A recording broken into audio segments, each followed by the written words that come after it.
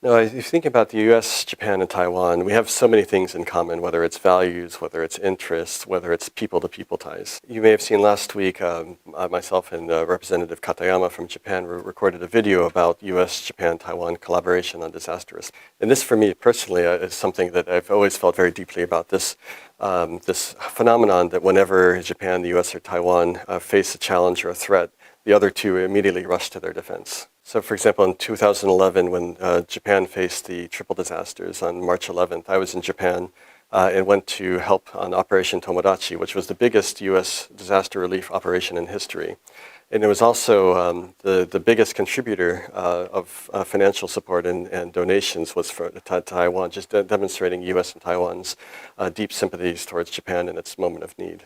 In 2020, when COVID broke out and the United States was being overrun, many of our hospitals were under extreme stress and didn't have any face masks because China had put export restrictions. Taiwan just generously, even though they still had needs internally, they generously donated millions of face masks for American hospitals and first responders. And actually here at AIT, our warehouse was full of masks that were being donated and we were shipping back to the United States.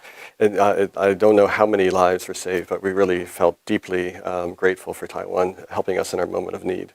And then the following year when COVID broke into Taiwan, I was very happy to see both the US and Japan quickly rush vaccines because Taiwan still had not been able to procure vaccines at the time. And so we were able to return the generosity that Taiwan had shown both to the United States and Japan in the past. At other levels too, US, Japan, Taiwan cooperation is getting closer and closer. So for example, I mentioned the GCTF. Japan was the first country to join as the US and Taiwan on GCTF platform.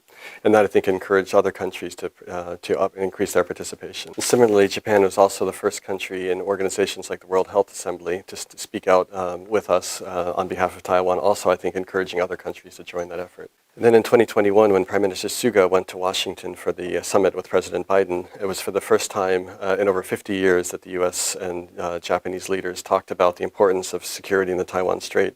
And that language that was in that summit not only has been repeated and amplified in every following US-Japan meeting, but now that has become the common language that countries use around the world, and really, again, showing Japan's leadership with the United States in supporting peace and security for Taiwan. So in the future, whether it's in, for example, semiconductor supply chain resilience, or whether it's on maintaining security in this part of the world, or whether it's in supporting Taiwan's meaningful contributions to the international community, I expect the US-Japan to continue to play a very close partnership role.